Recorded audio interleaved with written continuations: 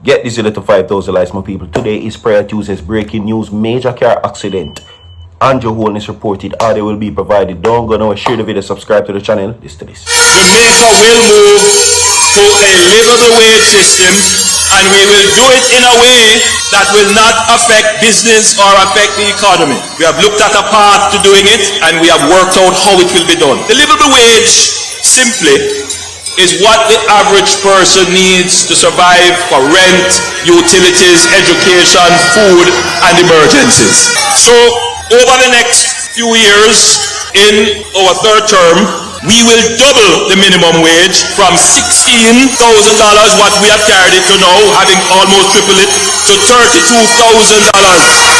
In our first budget, the minimum wage will move from $16,000 to $18,500, and then gradually after that for the next few years.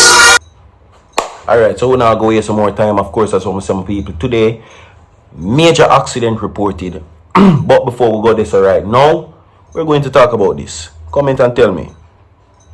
Do you think that this minimum wage is enough? Is $18,500 enough? You understand? We're going to talk about the minimum wage situation firstly, and then we get down to that. You understand what I say? Breaking news, my people, breaking news. 5,000 likes on this video. Today's Prayer Tuesdays, and remember, your prayer life rule your entire life. Everybody share the video, subscribe to the channel, and welcome. Virtual TV continues to give you all breaking news updates. Tomorrow is the general election. Okay? Now, with that being said, a whole bunch of promises has been rolled out. You understand? Which includes now the new and improved minimum wage, which at first glance was $32,000. Now it moved gone down to $18,500. Says Andrew Holness that minimum wage will be increased to $18,500. You understand? I'm going to tell you about the car accident further down in the segment. So welcome. Now let's get to this right now. The national minimum wage will be doubled from 16,000 to 32,000 over next several years. So it's not an instant situation. It's not going to be instantaneous. You understand? Okay, so it will be moved from 16,000 to 18 over several years.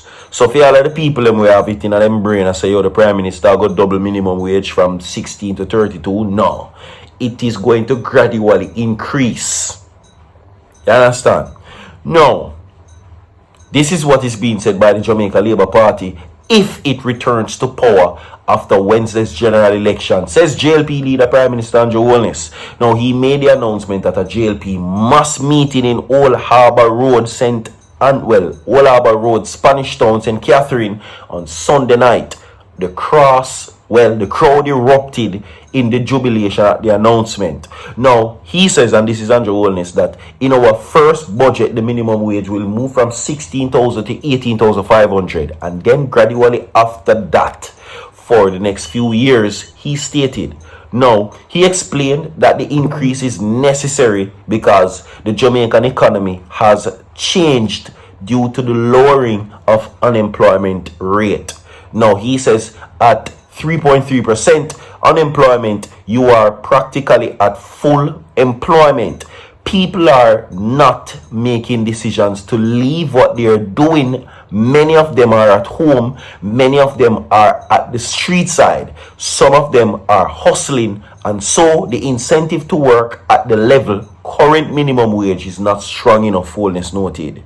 Now, so by increasing the minimum wage gradually, you shift the incentive to work in a favor of work. So you're going to get more Jamaicans voluntarily decided to move out of the unemployment pool and into the labor pool, and that will give greater opportunity for growth in the economy, is what he says. Okay, by of course increasing minimum wage. You understand? So it is going to be gradually move from 16,000 to 32,000.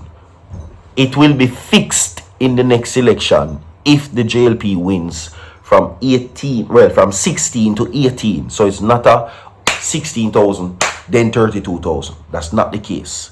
It's going to be gradual over a few years. You understand?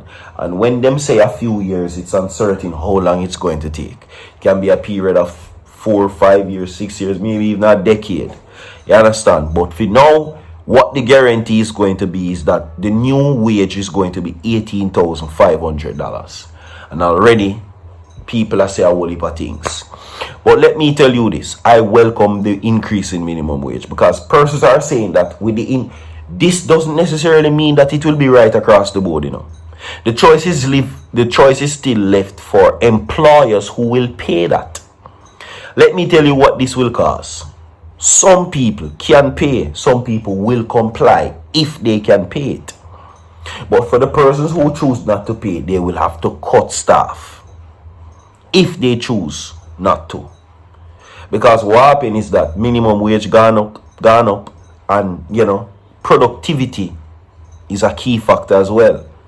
And if the business sees fit that they cannot pay the $18,500, a whole heap of people are going to lose them work. But I welcome it as well because minimum wage is too low, far too long. You understand? Now, expect that when this happens, that cost of living is going to raise also. So something go up, something must go up with it. It's a cost-effect situation. It must be a balance. It's never going to be a case where that you make more money and food or whatever is less. Never. I know I'm talking about not just food as an essential, but daily necessities such as gas. Well, it falls under energy.